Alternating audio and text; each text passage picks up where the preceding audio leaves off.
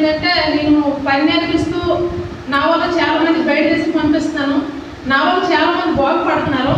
ఇతను ఏంటంటే నాకు ఇక్కడ పని చేర్పించుకున్నాడు కూడా ఇతను కూడా బాగుపడుతున్నాడు, కానీ నేను మాత్రం జీవితం అడుగుకుంటున్నాను అనేసి మా సార్కి అయితే నచ్చలేదు. అయితే అక్కడ సడన్గా ఇన్స్టిట్యూట్ అని మానేసి మా ఊరు చూడాలండి. మా ఊరిలో కూడా సొంతంగా ఒక ఇన్స్టిట్యూట్ కూడా పెట్టుకున్నారు. అది పార్ట్నర్షిప్ అనమాట. అంటే ఇంకొకరితో కలిసి అనేది మా సార్ అనేది ఇన్స్టిట్యూట్ అనేది పెట్టుకున్నారు. మరి పని నేర్పిస్తూ మనుషులు బయట దేశం పంపించేవారు అనమాట.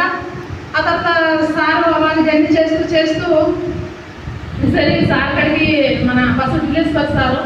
సార్ అనేది అవకాశం అనేది వచ్చింది ఫ్రెండ్స్. అయితే సార్ వచ్చి సార్ మంచి బిజినెస్ ప్లానింగ్ ఉన్నది, ఒకసారి ఏనండి అనేసి చెప్పారు.